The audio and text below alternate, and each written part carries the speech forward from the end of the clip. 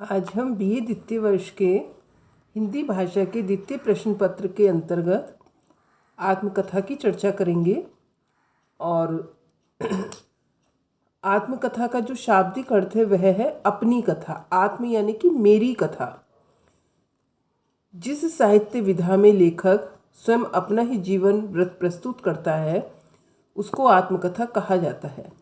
साहित्य विधा, जैसा कि मैंने कल भी बताया था कि साहित्य को लिखने के अनेक रूप हो सकते हैं, जिसमें कविता भी हो सकती है, कहानी भी हो सकती है, उपन्यास भी हो सकता है, यात्रा वृतांत भी हो सकता है और साथ साथ आत्मकथा भी हो सकती है।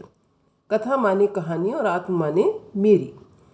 तो साहित्य की वह विधा जिसमें लेखक स्वयं अपनी बात कहता है, अपने जीवन के विषय में बताता है, उसको हम आत्मकथा कह सकते हैं। आत्मकथा के ही निकटतम एक अन्य विधा भी है जिसे जीवनी कहा जाता है। और आत्मकथा और जीवनी दोनों में ही जीवन का पूरी कहानी होती है, जीवन का पूरा सारांश होता है।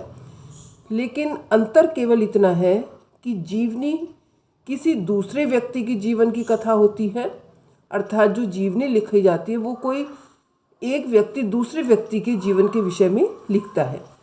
लेकिन आत्मकथा जो होती है वो अपने ही जीवन की कहानी होती है और व्यक्ति उसे स्वयं लिखता है, क्योंकि अपने जीवन के विषय में व्यक्ति बहुत अच्छे से जानता होता है। जीवनी की रचना जो की जाती है वह हम कैसे किसी की जीवनी लिखेंगे, हमें उसके लिए बाह्य सामग्री एकत्र करनी पड़ेगी। मतलब जैसे कागज़ हैं, पत्र हैं, बहुत से ग्रंथ हैं, इधर उधर से व्यक्ति के विषय में जानकारी प्राप्त करके तब हम जीवनी लिखते हैं।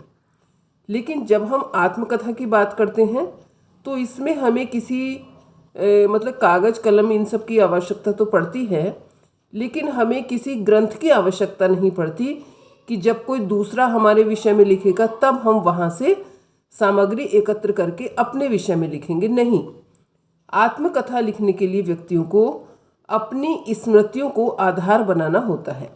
जन्म से लेकर जब से उसने होश संभाला और जब तक वो आत्मकथा लिख रहा है, जिस घड़ी तक, उस समय तक जितनी भी बातें उसके जीवन से जुड़ी हुई हैं, अच्छी या बुरी, वह सब आत्मकथा के माध्यम से व्यक्ति लिखता है।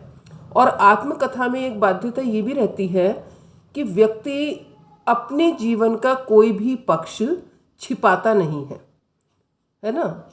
तो आत्मकथा लिखने के लिए व्यक्ति को अपनी वैयक्तिकता को स्थान देना होता है और व्यक्तिगत यानी कि, और आत्मकथा लिखने वाला जब अपने जीवन वृत्त को, जीवन की संपूर्ण घटनाओं को काल क्रम में रखकर उसे लिपिबद्ध करता है तो उसे आत्मकथा की संज्ञा दी जा सकती है। क्योंकि जो आत्मकथा लिखने वाला व्यक्ति है वह अपने ही जीवन की घटनाओं को, अपने जीवन की प्रेरणाओं को, अपने जीवन में क्या क्या उस पर प्रभाव पड़े अन्य महान पुरुषों के या किसी भी व्यक्ति के, और उसने अपने संपूर्ण जीवन में जो संघर्ष किया उन सबको क्योंकि वो अच्छी तरह से जानता है, तो आत्मकथा का जो लेखन है वह वास्तविक और प्रमाणिक होता है। क्योंकि वो सुनी सुनाई बातों पर नहीं लिख रहा, वो अपने जीवन की घटनाओं को स्वतः ही लिख रहा है, लिपिबद्ध कर रहा है, इसलिए उसे हम आत्मकथा कहते हैं। और जीवनी में क्या होता है, व्यक्ति दूसरे व्यक्ति के विषय में लिखता है, जिसमें उसे बहुत सारे कहना चाहिए प्रमाण इकट्ठे करने होते हैं और विभिन्न ग्रंथों से, विभिन्न लोगों से मिलकर उस व्यक्ति की जो मतलब बारीक चीज़ें हैं उनको खोज कर तब वह जीवनी की रचना करता है।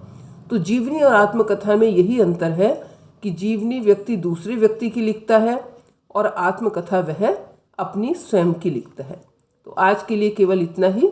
सभी को शुभकामनाएं।